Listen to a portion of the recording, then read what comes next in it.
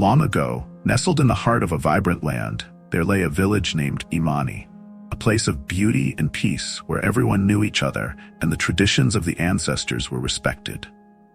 The village was surrounded by lush green hills, towering baobab trees, and a winding river that sparkled like jewels in the sunlight. Among the people of Imani was a young girl named Zola. Zola had eyes that shone with curiosity and a spirit as wild as the wind. Zola was not like most children. While others ran around the village, laughing and playing games, Zola loved to explore beyond the village's borders, always searching for hidden places, always dreaming of making great discoveries. Her favorite person to talk to was her grandmother, Elder Nia, a wise woman known throughout the village for her knowledge of history and her gentle wisdom. One evening, as the sun dipped low and the sky turned shades of pink and orange, Zola sat with Elder Nia under the shade of a great baobab tree. Elder Nia, with her silver hair and soft, knowing smile, began to tell her stories of the village's past. "Zola," Elder Nia began, her voice soft yet filled with purpose, "there is something in this village, a secret that even many adults do not know. It is a treasure hidden deep in the caves of Imani, known as the Stone of Imani." Zola's eyes grew wide with excitement.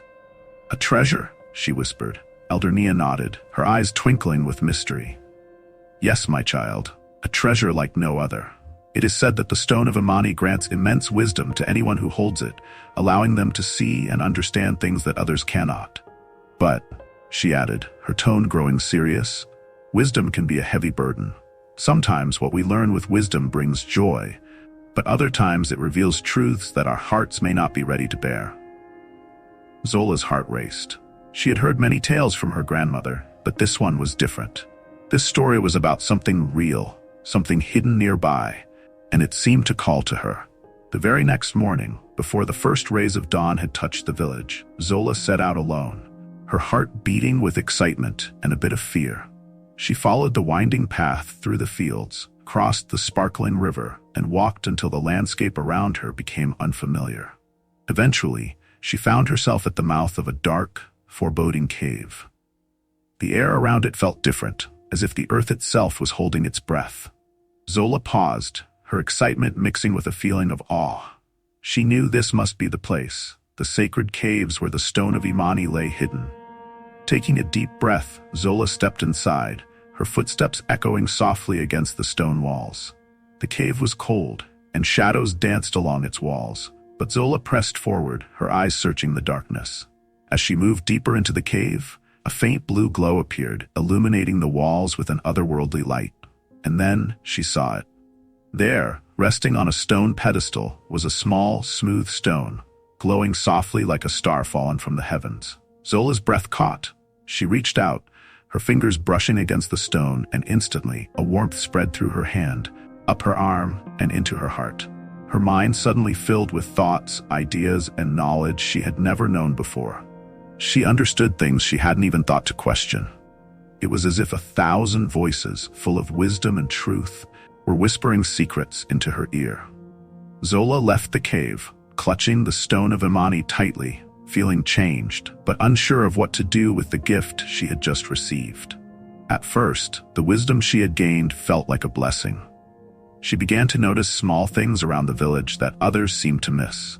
She saw the struggles of her family, the worries hidden in the eyes of her friends, the small hurts people tried to hide. She understood their pains and their fears as if they were her own. But soon, this wisdom began to feel less like a blessing and more like a burden. Zola found herself pointing out things that troubled her, things she felt others should see. She noticed when someone wasn't being kind, when someone was hiding something, when something felt unfair. But rather than listening to her, the villagers grew uncomfortable. They did not understand why Zola saw the world in this way, why she would question things they had chosen to ignore. Her family, too, began to notice the change in her. Where once she had been a light-hearted, happy child, now she was serious. Her mind often lost in thought. Her friends, confused by her behavior, began to distance themselves, unable to understand why Zola had become so solemn. One evening, feeling alone and misunderstood, Zola walked to the fields just beyond the village. She held the Stone of Imani close to her heart, the warm glow filling her with the same power and wisdom she had first felt. But now it felt like a heavy weight pressing down on her chest. Days turned into weeks, and Zola grew more isolated, her heart heavy with the truth she now saw.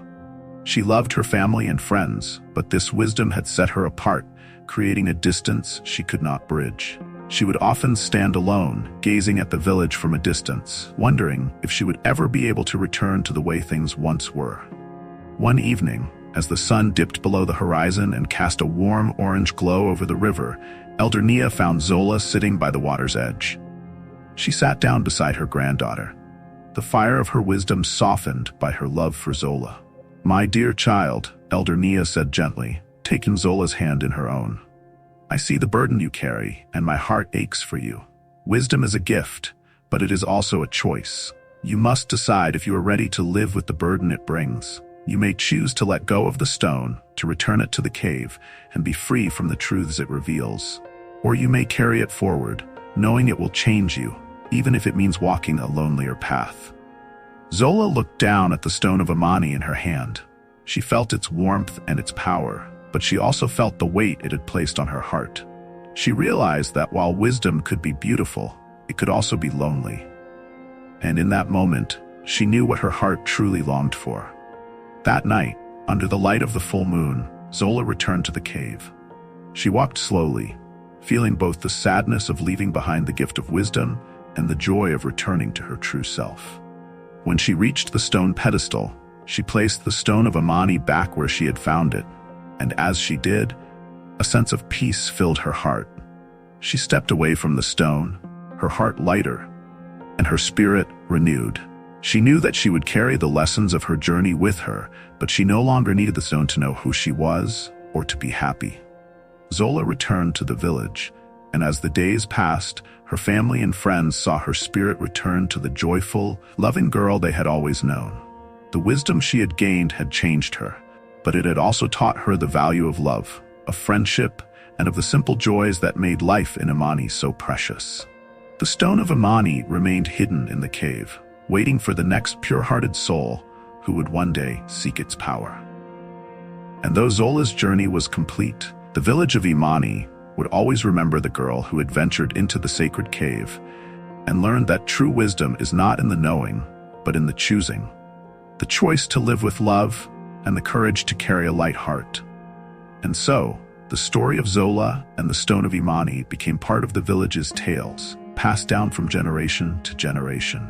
It was a reminder that wisdom is a gift, but even greater is the strength to know when to let it go.